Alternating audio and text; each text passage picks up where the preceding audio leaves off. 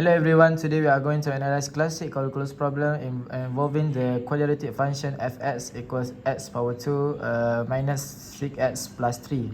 Concentrating within the boundaries x equals 2 and x equals 5.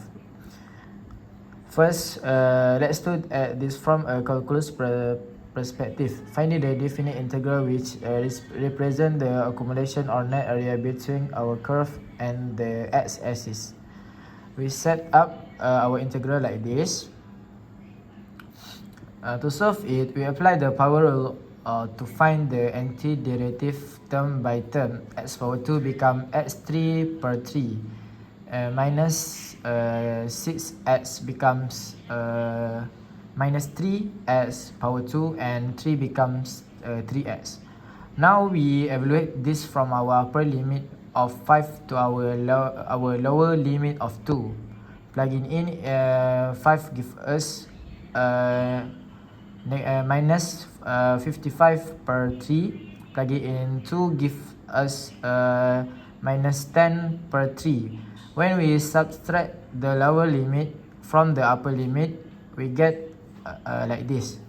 Our final answer for integral is minus 50.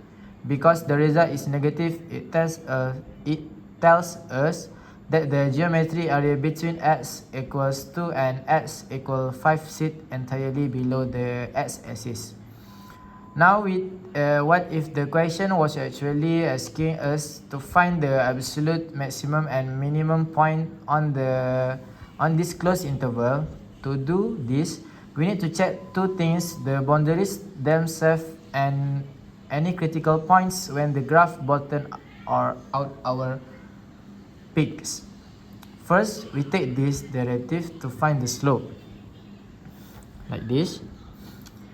We set the equals 0 to find where the slope completely 2x equals 2x minus 6 equals 0 give us x equals 3, because 3 falls right between our boundaries of 2 and 5. We have to test it.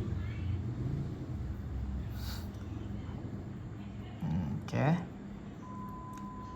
Next, we plug our boundaries, our critical point, back into original function to compare the head. The head.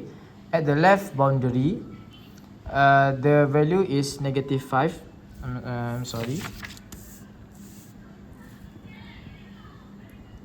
At the critical point f3, the value drops to negative 6.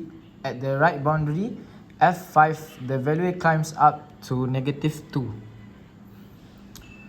To write everything, the final answer we get absolute minimum negative 6 occurs at the vertex x equals 3. The second answer is absolute maximum negative 6 occurs the boundary negative x equal 5.